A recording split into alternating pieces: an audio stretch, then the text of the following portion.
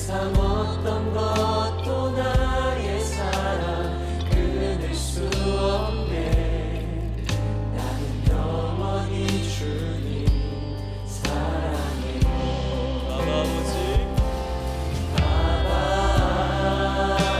아버지 나를 사랑하시니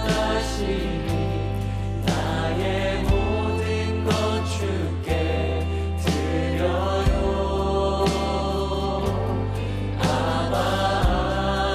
아버지 내가 여기 있으니 주님 영광 위하여 써주세요.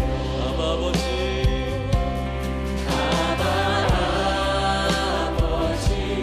나를 사랑하시니 나의 모든 것 주께 드려요. 아버지 내가 여기 있으니 주님 영광 위하여 써주세요.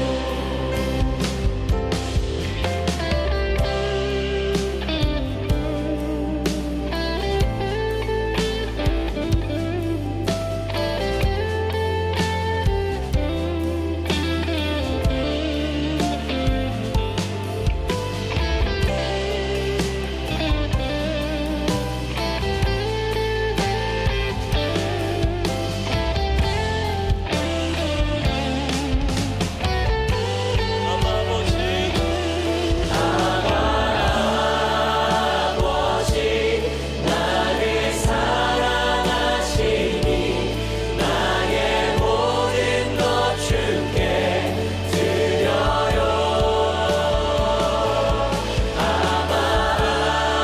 아버지 내가 여기 있으니 주님 영광 위하여 써주세요.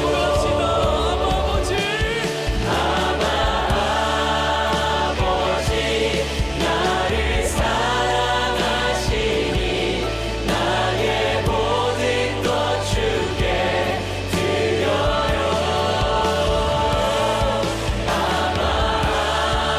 아버지 내가 여기 있으니 주님 영광 위하여 써주세요. 주님 교회 위하여 써주세요. 주님 나라 위하여 써주세요.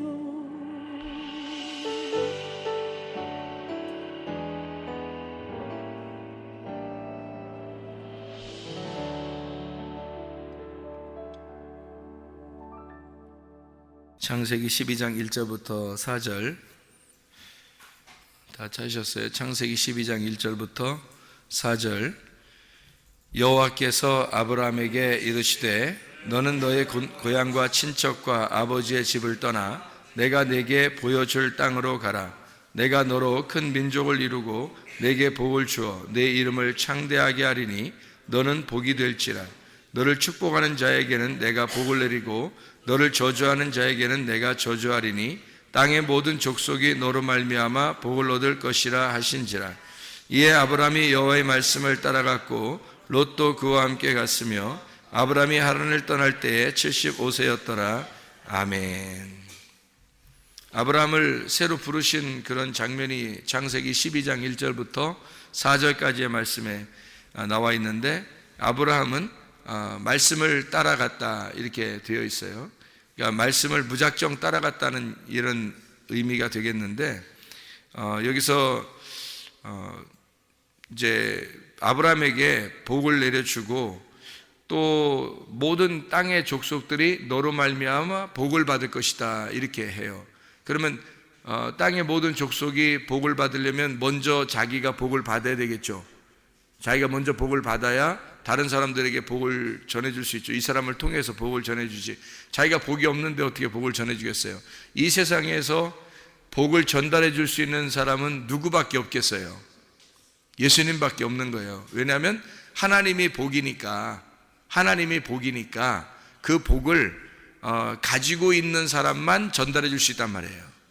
그렇죠? 가지고 있는 사람만 그러니까 아브라함을 선택해서 내가 너의 복이 될 테니까 네가 다른 사람에게 복을 전달해 줘라.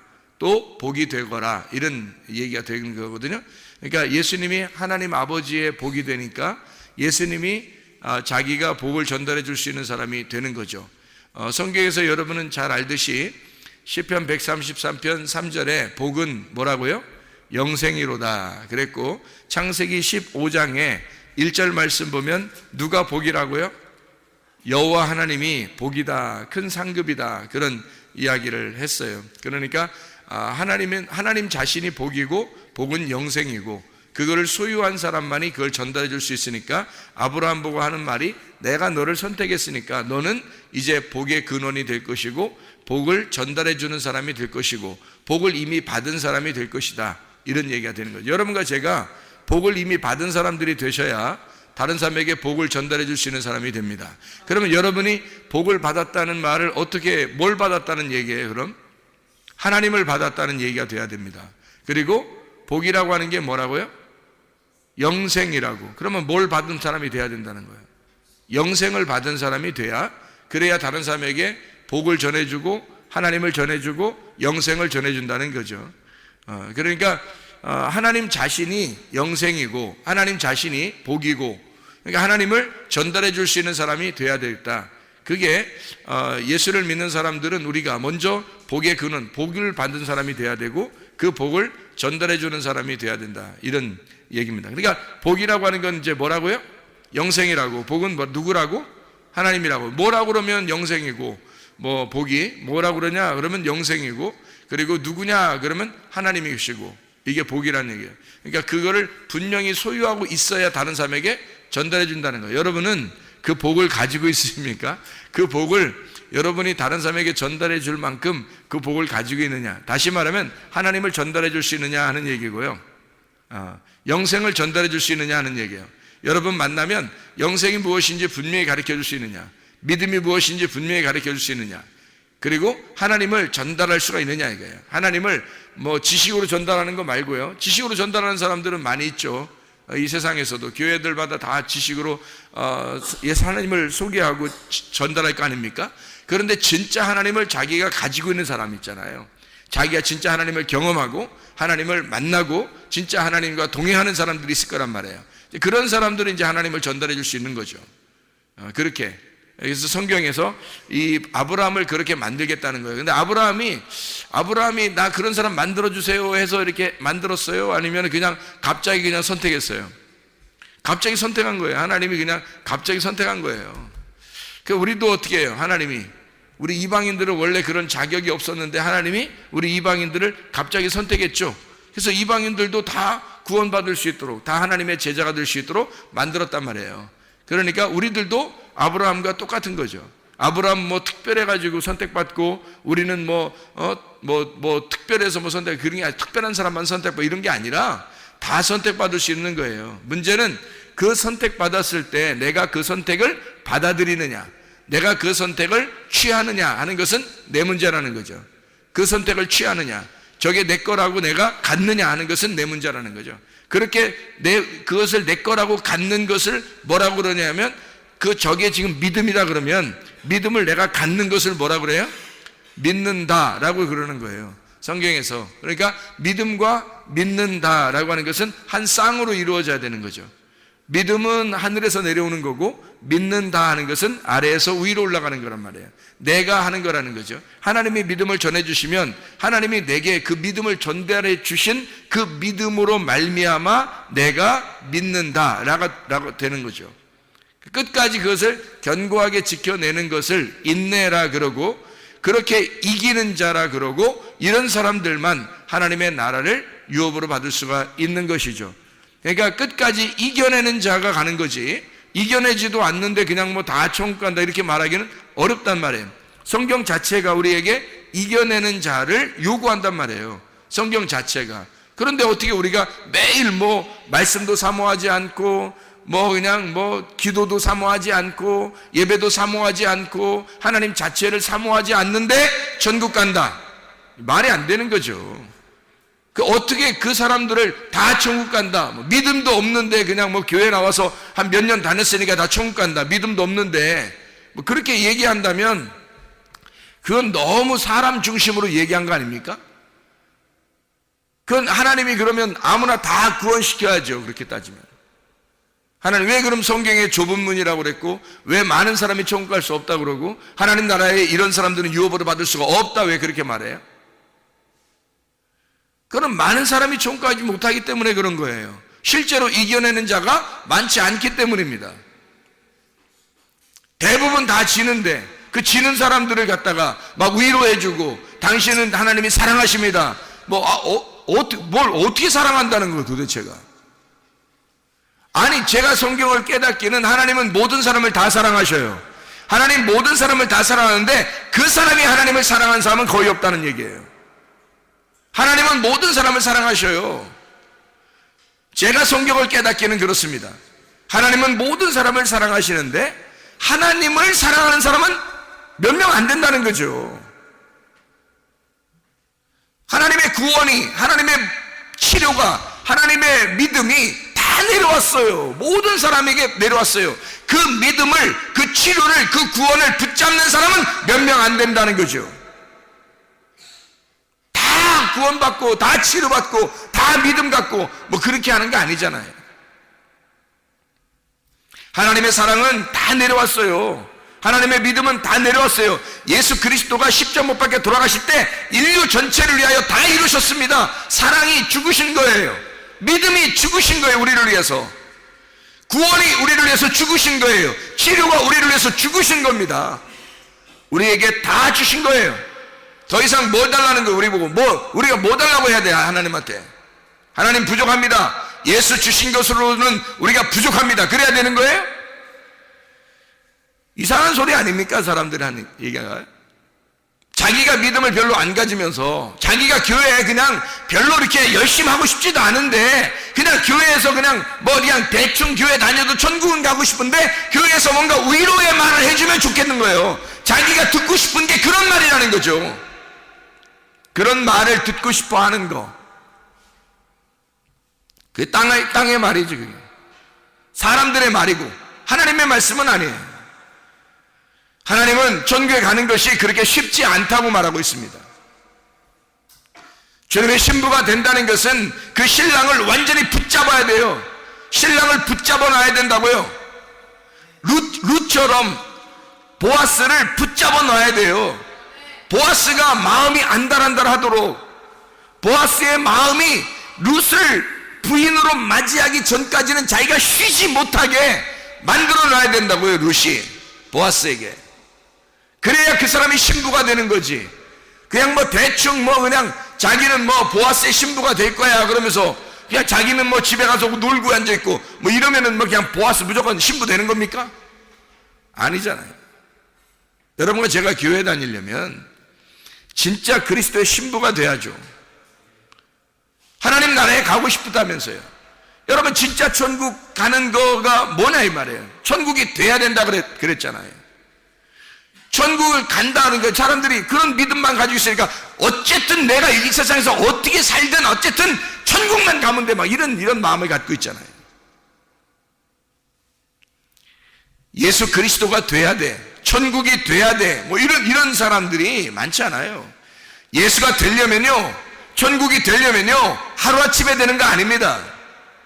성경에 예수 믿고 천국 가는 게 하루아침에 되는 거면 성경을 뭐하러 이렇게 많이 써놔요. 성경에다가 복잡하게 그냥 단순하게 예수 믿습니다 하면 그냥 다 천국 간다면 뭐하러 이렇게 길게 써느냐고. 성경에다 삼위일체를 우리에게 설명합니다.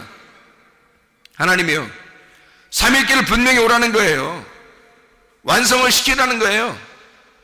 신부가 되려면 아브라함을 하나님이 불러놓고 여기에서 아브라함이 이삭을 드릴 때까지가 22장인데요 22장이 아브라함이 이삭 드릴 때까지인데요 그때 비로소 하나님이 아브라함에게 네가 나를 어떠한 것보다 네 아들보다 나를 더 사랑하는지 내가 알았다는 거예요. 22장에 돼서야. 그러면 창세기 12장에서 21장까지는 몰랐단 얘기? 몰랐단 얘기. 그 과정에 있었단 얘기예요. 하나님은 다 부르셨는데 그 사람이 끝까지 견디느냐 하는 것은 자기의 문제라는 거지. 아브라함이 이삭을 드리는 것은 자기 문제예요. 드리고 안 드리는 것은 자기 문제라고.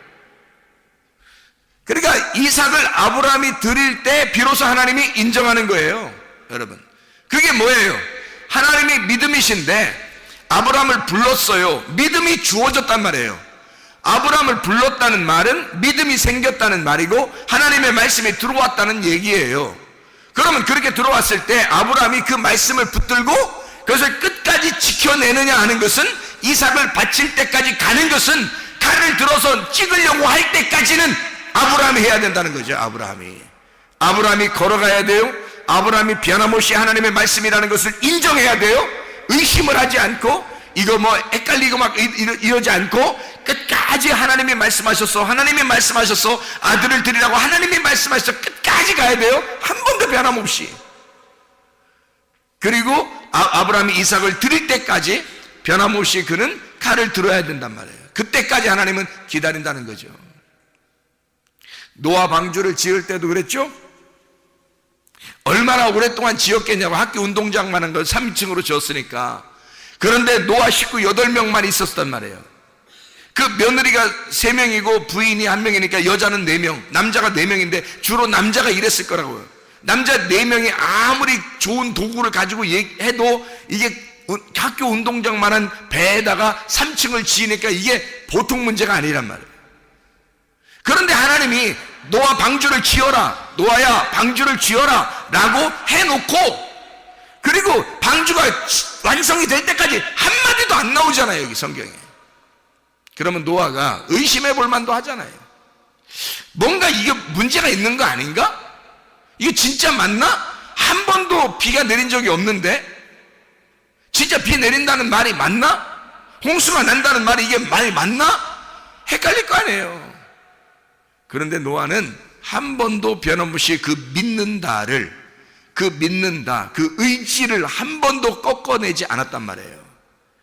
그 믿음의 의지를 한 번도 안 꺾었다고요, 그가. 그 오랜 기간 동안에 말이에요.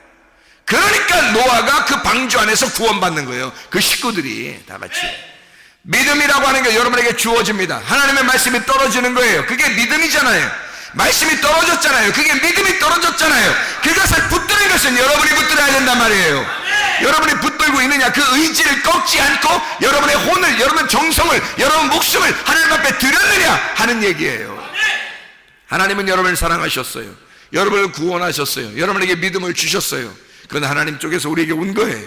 근데 우리는 능동적으로 하나님을 내가 믿어야 하고, 그 하나님이 주신 그 믿음을 믿어야 하고, 하나님의 주신 그 사랑을 사랑해야 하고요.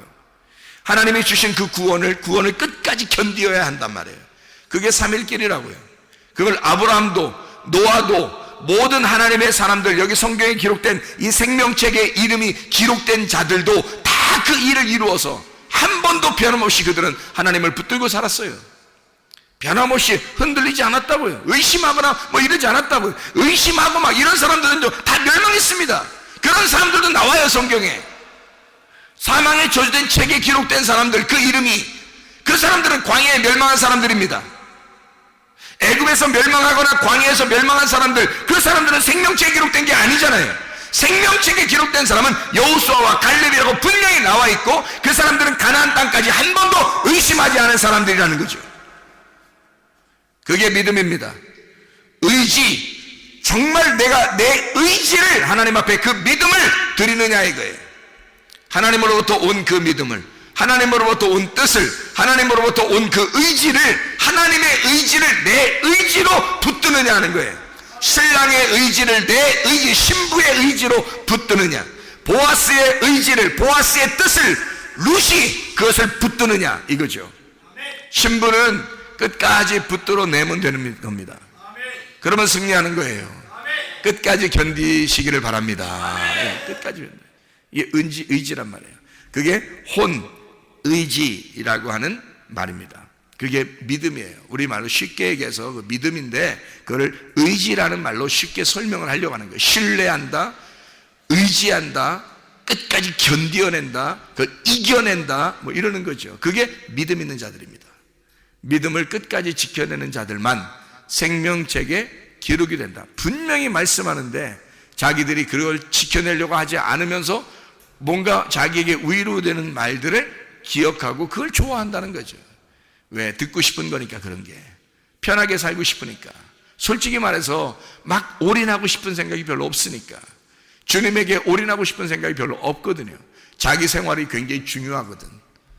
자기들 생활을 위하여 하나님도 자기를 도와줘야 된다고 생각하는 거거든요. 그런 게 무슨 믿음이에요? 가짜 믿음이지. 하나님을 이용해 먹는 거잖아요. 솔직한 얘기로 하나님 이용해 먹는 거잖아요. 그게 그 가짜 믿음이라고 그래. 그런 걸. 진짜 믿음은 그렇지 않아요. 이미 하나님이 베푸신 그 섬김을 이미 알아요. 그래서 그 섬기심을 늘 그 섬기심 안에서 사는 거예요. 그 주님을 인정하는 거예요. 그 주님을 인정해 그 의지를 꺾지 않고 끝까지 주님을 바라보면서 살아가는 거예요. 그럼 어렵냐? 안 어려워요. 왜? 주님이 주신 믿음으로 살아가니까. 주님이 주신 그 아들의 힘으로 살아가니까. 우리의 힘으로 살아가면 힘들죠. 율법이고 노력이니까 너무 힘들지. 근데 하나님이 주신 그 아들의 힘으로, 그 아들의 이름으로, 그 아들의 말씀으로, 그 아들의 믿음으로, 아들이 주신 구원으로, 아들이 주신 인내로 살아간단 말이에요. 그러면 살아갈 만하죠. 해볼 만한 거죠. 어렵지 않습니다. 그렇죠? 그 믿음을 지켜낸다는 거 어렵지 않습니다. 어떻게 힘들어서 어떻게가 아니라 어렵지 않아요. 그걸 지켜낼 수 있는 거거든요. 그 믿음에 대한 의지입니다. 자, 아브라함을 창세기 12장에 불렀어요. 갑자기. 참 희한한 거죠. 이렇게 선택받은 자가 여기 있는 아브라함이 아브라함이라는 이름에다가 내 이름을 집어넣으라고요. 자기 이름을. 여호와께서 나에게 이르시되 너는 너의 고향과 친척과 아버지 집을 떠나 내가 네게 보여줄 땅으로 가라. 내가 너로 큰 민족을 이루고 네게 복을 주어 내 이름을 창대하게 하리니 너는 복이 될지라. 너를 축복하는 자에게는 내가 복을 내리고 너를 저주하는 자에게는 내가 저주하리니 땅의 모든 족속이 너로 말미암아 복을 얻을 것이니라 하신지라. 이에 내가 여호와의 말씀을 따라갔고. 여기까지 이렇게 읽어보시라고요. 아브라함의 이름을 빼고 나라는 이름을 집어넣으니까 어때요? 자기가 그렇게 해야 되는 거잖아요.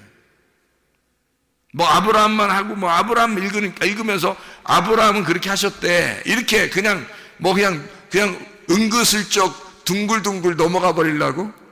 그런 게 무슨 믿음이에요? 내가 그 믿음을 가지고 있어야죠. 자기에게 그 말씀이 자기에게 말씀하시는 것이 돼야지. 어떻게 아브라함에게 은근슬쩍 넘겨버리고 자기는 그냥 가려고 하는 이거야. 편하게 살려고 하는 자기의 속성이 있는 거지. 속셈이 있는 거지. 그러니까 은근슬쩍 넘어가려고 하는 거지. 솔직히 그게 아니라 아브라함의 그 삶을 정말 내가 살아야 된다라고 하면 이게 보통 문제가 아니거든요.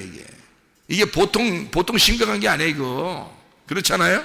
처음 하나님 부를 때부터 보통 심각한 게 아니에요. 이거 이렇게 산다 그런다면 정말 힘든 인생이에요. 근데 그거를 선택하고 자기가 그걸 말씀을 따라가고 그 말씀이 떨어진 그 말씀이 내게 떨어지면 믿음으로 떨어지면 그 믿음을 내가 믿는다는 것으로 붙잡고 따라가는 거예요. 야, 그거 쉬운 거 어떻게 보면 쉬운 거 아니죠. 근데 그 믿음이 와가지고 따라가는 거니까 어려운 것도 아니죠. 누가 보면 어려운 거고 누가 보면 쉬운 거란 말이에요. 그죠? 성경이라고 하는 게 그래서 어렵게 보면 어려운 거고 쉽게 보면 쉬운 거예요. 누구 눈으로 보면 어렵겠어요? 내 눈으로 보면 어려운 거고 하나님의 눈으로 보면 쉬운 거죠. 성경이. 그래서 하나님의 아들의 믿음으로 내가 살아가야 된다. 그런 얘기예요. 자, 12장이 있는 것은 뭐 때문에 있는 거예요? 12장이 있는 것은 창세기 11장 때문에 있는 거예요. 창세기 11장이 뭐가 나와요? 창세기 11장에 창세기 11장에 바벨탑에 대한 이야기가 나오죠. 사람들이 바벨탑을 막 지었어요. 창세기 11장 7절에 뭐라고 되어 있냐면 자, 우리가 내려가서 거기서 그들의 언어를 혼잡하게 하여 그들이 서로 알아듣지 못하게 하자 하시고 라고 되어 있습니다. 그 혼잡하게 하여, 언어를 혼잡하게 하여. 그러니까 언어가 이게 하나가 되니까, 언어가 하나가 되니까, 사람의 언어가 하나가 되니까 막 뭉치기 시작한 거예요. 뭉쳐가지고 쭉 이렇게 올라온 거거든요. 그때 하나님이 이 언어를 갖다 싹 흩어버리니까 언어들대로 싹 나눠진 거죠. 그래서 언어를 혼잡하게 한다는 말이 이게 무슨 말이냐면, 이렇게 막 혼잡하게 이렇게 만든다는 게 무슨 말이냐면, 바랄이라는 단어거든요. 이 바랄이라는 단어가 섞는다는 단어예요. 섞는다, 넘쳐 흐른다는 말이고요. 이 바랄이라는 단어가 베릴, 혼합된 이라는 말입니다. 혼합된 말씀이란 말이고요. 이게 섞여 먹이는 곡물, 섞여 먹이는 식량들이란 말이에요. 거기서 바벨이라는 말이 나온 거예요. 이 바벨, 같은 말이에요. 바랄, 베릴, 바벨, 같은 말이에요. 그게 같은 말로 나온 거예요. 이 바벨, 그래서 혼란하다, 섞인 제사의 제물이다, 이게 바벨. 그러니까 이 바벨은 틀림없이 뭐 하는 거예요? 예배 드리는 모습이에요. 예배 드리는 모습. 그럼 어떤 사람은 예배를 드릴 때 바벨의 예배를 드리는 사람이 있겠죠. 어떤 사람은. 그러니까 하나님은 아브라함을 선택을 해서 아브라함으로부터 예배를 받으시려고 하는 거예요. 그러니까 예배가 두 개가 나누어지는 거죠. 지금 창세기 11장의 예배와 창세기 12장의 예배가 나오는 거죠. 그러니까 예배를 회복하고 싶어서 그러는 거예요. 하나님이 인간을 처음에 만들 때 창세기 2장 5절에 만든 이유가 나와 있어요. 창세기 2장 5절에 만든 이유가 뭐예요? 예배할 자, 농사 지을 자를 찾은 거예요. 그래서 하나님이 생기를 불어넣어서 자기 아들을, 생기를 불어넣어서 아들이 되게 했어요. 그 아들만 예배자가 되게 했단 말이에요. 그게 에덴 동산에 예배를 드리게 했다. 성전을 짓고 하나님의 성전에서 예배를 드릴 제사장을 만들었다. 그게 이제 창세기 2장 7절부터 나오는 얘기예요. 예배하는 것이 창세기 3장에 실패했거든요. 창세기 3장에 예배가 실패하니까 창세기 4장에 예배를 또 드리게 하려고 그런 거죠. 예배를. 그래서 아담과 하와가 자기들이 실패한 예배를 하나님을 찾아가야 되겠잖아요. 그럼 뭘로 찾아가겠어요, 여러분? 여러분 같으면 뭘로 하나님을 찾아가려고 하세요? 예배입니다. 그 예배는 근데 하나님이 오셔야 돼요. 우리가 찾아갈 수가 없어요. 하나님이 오셔야지. 근데 만날 수 있는 방법은 예배밖에 없어요. 그러니까 사마리아 여자도 예수님에게 내가 예배를 메시아를 만나면 내가 예배를 드릴 수 있을 텐데요 라고 이야기한 거예요. 그럼 어디서 예배를 드릴까요? 라고 어디서 예배를 드리냐고 물어보죠. 예수님이 하는 말이 여기도 저기도 아니고 나를 만난 자는 나와 함께 예배다, 이렇게 얘기하잖아요. 나와 함께 그게 예배야 라는 그런 얘기를 해주시죠. 그러니까 사마리아 여자가 예배라고 하는 걸 정확하게 이제 깨닫게 된 거란 말이에요. 그러니까 예배라고 하는 것을 회복하는 것이 하나님을 만나는 것이고, 그렇게 만나면 완성이 되는 거예요. 율법이라는 모든 것이 끝났다는 얘기죠. 예배를 완성하면 이게 끝난 거예요. 예배를 드리게 되면 율법은 완성된 거란 말이에요. 율법이 완성된 자는 하나님과 동행하는 거죠. 그러니까 그 자체가 예배란 말이에요. 그러니까 사마리아 여자가 그거를 깨달은 거고 그걸 만난 거예요. 이 예수님을 만났을 때. 자, 그러니까 아브라함과 이 창세기 11장과 12장에 예배에 대한 이야기가 나오는데, 창세기 4장에서도 아벨과 가인이 예배를 드리잖아요. 창세기 3장에는 예배가 실패했어요. 선악과 나무를 먹어버림으로써 에덴 동산의 예배가 파괴가 됐단 말이에요. 그러니까 창세기 4장에 우리가 예배를 드려서 하나님을 만나야 된다라고 했단 말이에요. 거기서 가인은 자기가 농사한 걸 가지고 예배를 드린 거고, 아벨이라는 사람은 양을 가지고 예배를 드린 거예요. 그렇죠? 그러니까 양에다가 기름이 있었고, 그리고 이 가인은 농사지은 소재물은 있었는데 소금이 없었던 거예요. 그러니까 소재물에다 소금을 집어넣었어야 되는데 소금이 없는 거예요. 그냥 소재물 자기만 드린 거란 말이에요. 소재물이란 자기 안에 소금이 들어와 있어야 되거든. 소금 언약이 들어와 있어야 소재물과 소금을 같이 드리는데, 이게 레위기 2장 13절 말씀이거든요. 그런데 이 아벨은 어린 양과 그 기름을 갖다 함께 드렸어요. 어린 양은 자기를 의미하는 거고, 그리고 기름은 성령님을 의미하는 거예요. 그러니까 그 예수를 자기에게 그 예수와 함께 드린 거란 말이에요. 그러니까 받으시는 거죠. 우리가 살아있는 동안에는 예배만 드릴 수는 없어요. 제사를 함께 드립니다. 그러니까 제사라고 하는 것은 뭐 희생제사를 드린다 이런 의미가 아니에요. 우리가 몸으로 여기 와서 앉아있는 게 이게 제사예요. 원래 예배 자체는 이렇게 몸으로 와서 앉아있을 필요가 없어요. 원래 예배는. 그렇지 않겠어요? 원래 예배가 완성되면 여기 앉아있을 필요 없죠. 예배가 완성됐는데 하나님 아들과 우리가 동일한 자가 되는데 무슨 앉아있어요. 여기서 같이 있을 이유가 없죠. 근데 여기서 앉아있죠. 지금 우리는 언제까지 앉아있어야 되느냐, 지금 앉아있으면서 언제까지 계속 앉아, 이런 의미가 아니라 언제까지 이런 앉아있는 예배를 드릴 수 있느냐, 언제까지 뭐 찬양을 하는 예배를 드리냐, 언제까지 우리는 기도하고 예배를 드리고 헌금하고 이런 봉사하고 이런 예배를 언제까지 드려야 하느냐, 이런 제사를, 이게 우리 죽을 때까지예요. 우리 죽을 때까지. 왜? 몸을 가지고 있잖아요. 우리의 몸을 가지고 있잖아요. 이 몸이 없어질 때까지. 이 몸이 없어지면, 육체가 사라지면 하나님 나라의 몸으로 바뀐단 말이에요. 그때는 더 이상 이런 모여서 앉아있는 예배가 필요가 없죠. 이런 제사가 필요가 없죠. 예수님이 오시기 전에 모세는 제사를 드렸어요. 그런데 하나님은 그런 제사를 하나도 받지 않았다고 그랬어요. 그런데 예수님이 오고 난 다음에는 뭘 드리냐면 제사가 다 끝났어요. 제사가 끝나고 예배만 드려요. 예수님이 오시면 제사가 다 끝나고 예배만 드리거든요. 그러면 여러분 어느 시점에 있는 거예요? 지금 우리가 죽기 전이니까, 죽기 전에는 제사가 있는 거죠. 거기다가 예배가 있는 겁니다. 그러니까 제사와 예배가 우리가 죽기 전까지는 계속 같이 있단 말이에요. 이게 동물들이란 얘기가 아니에요. 여러분 자신을 그대로 드리는 거예요.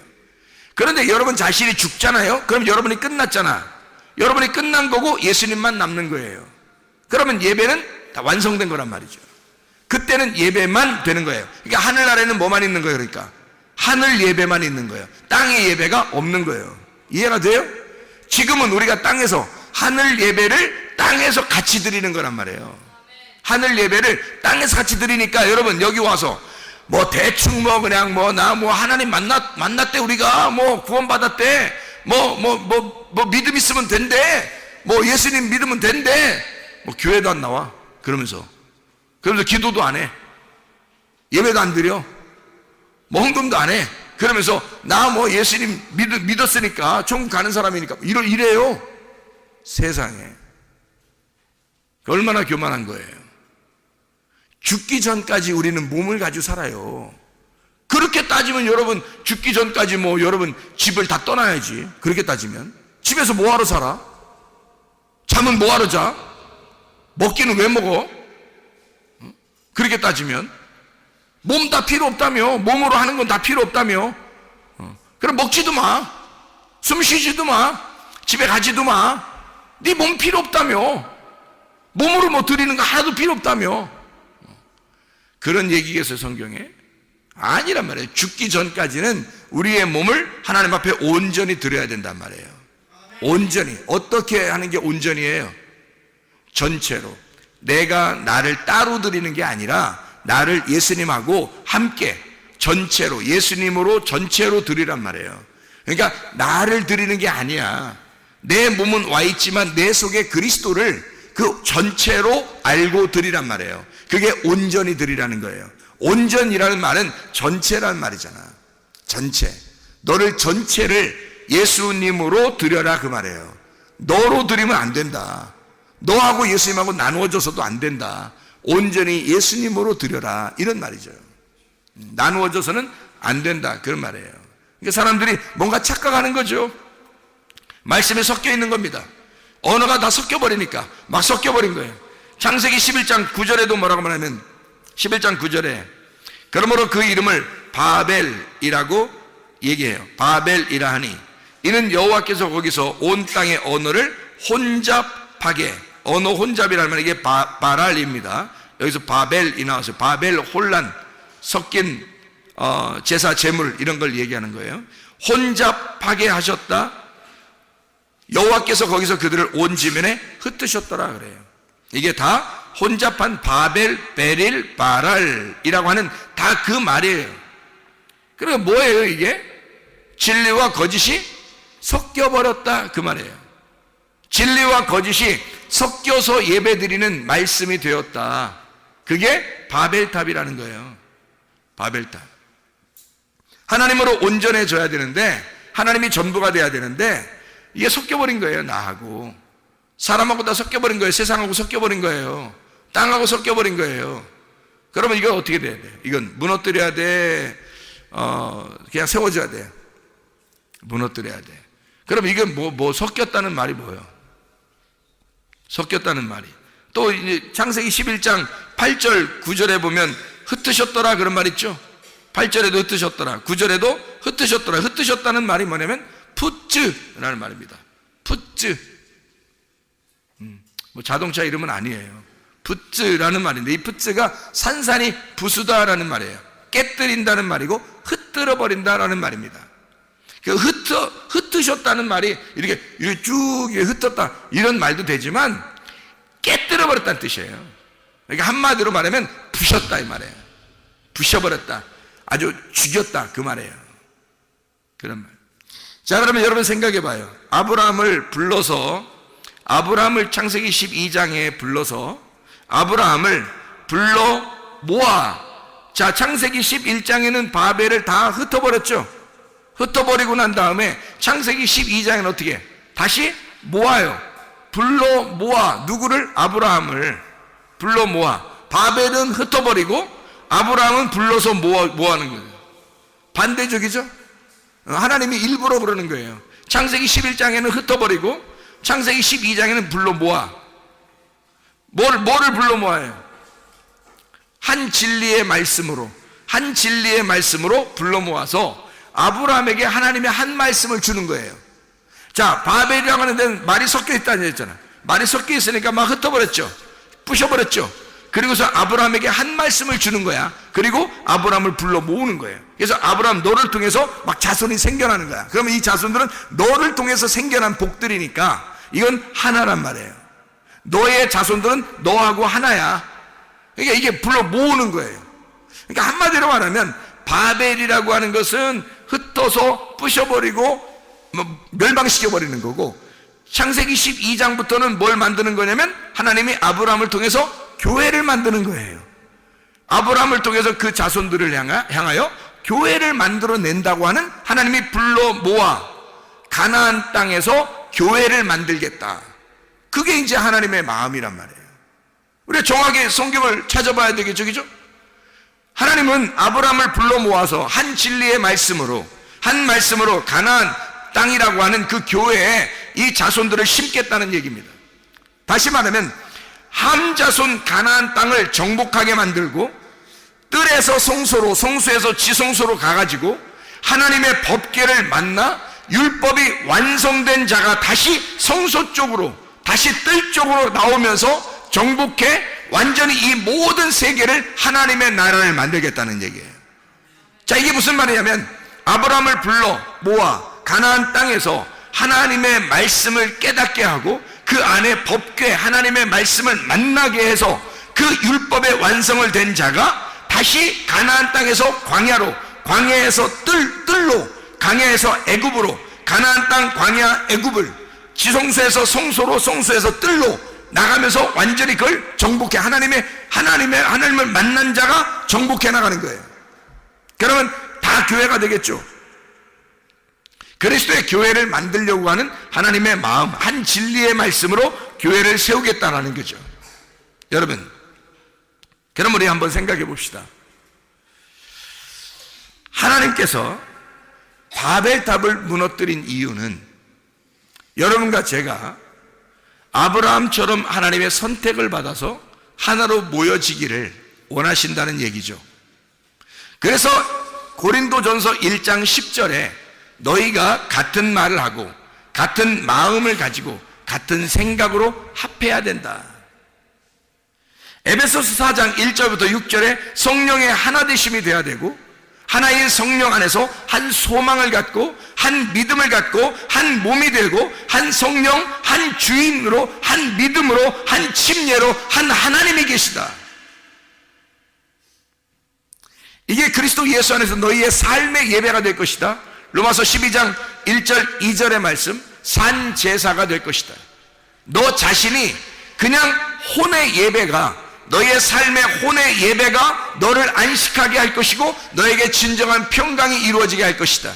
너희의 삶이 예배가 될 것이고 그 예배 안에서 안식하게 될 것이고 그 안식은 너에게 평강을 전해줄 것이다. 하나님의 평강이 하나님의 안식이 될 것이다. 그게 예수 그리스도 하나님의 복이 될 거다. 이게 예배라는 거예요. 영 안에서의 예배, 진리 안에서의 예배. 요한복음 4장 23절 24절의 말씀입니다.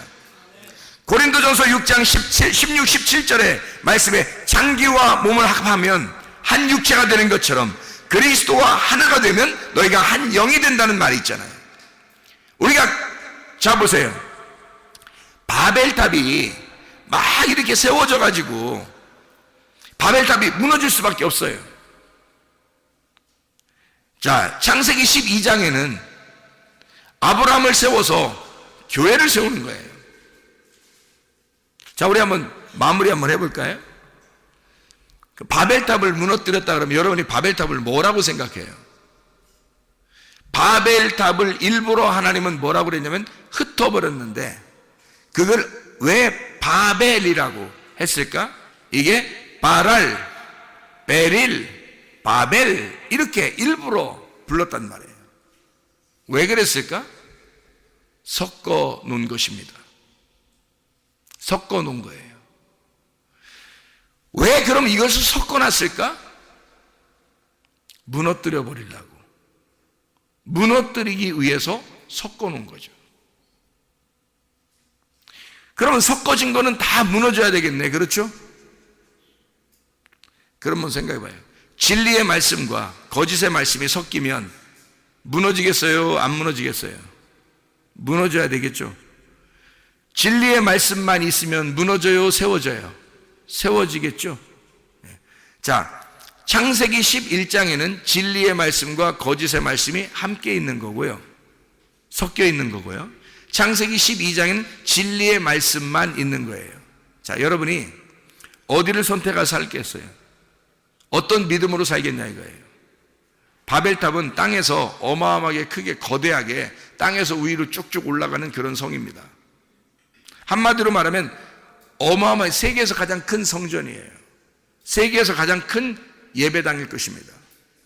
세계에서 가장 큰 성전이고 세계에서 가장 큰 성이에요. 바벨탑이에요. 그렇게 사는 자들이 창세기 11장이거든요.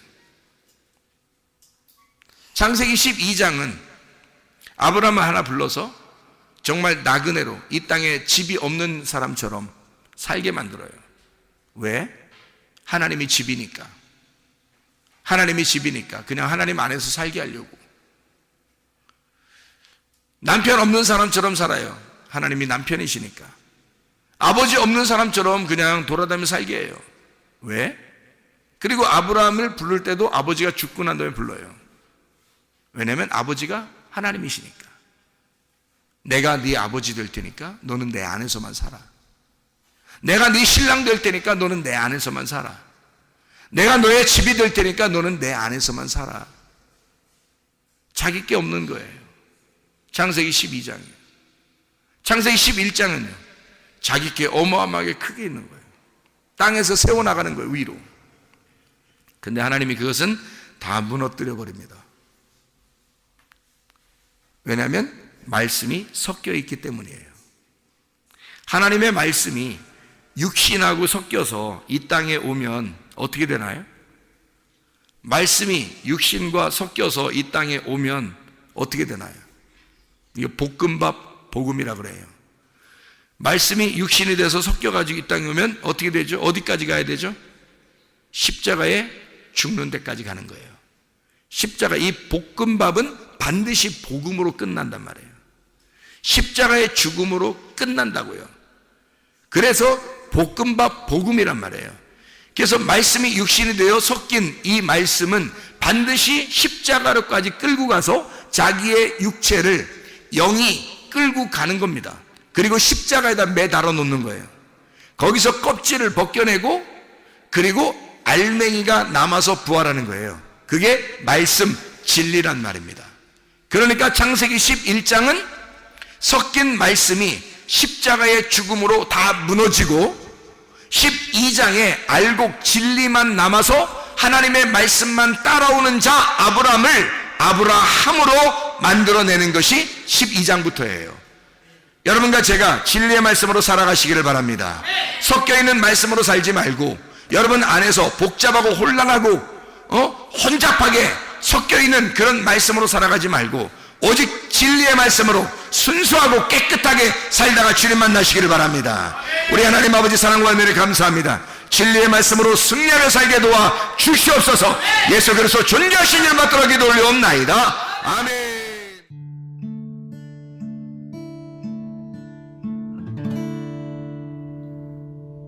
내 속에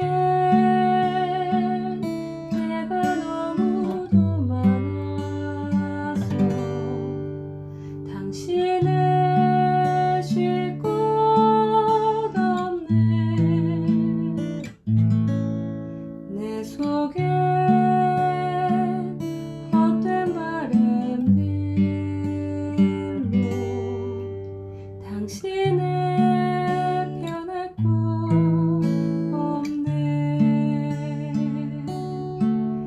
내 속에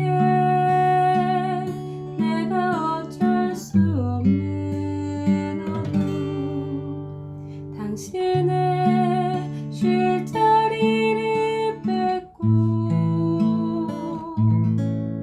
내 속에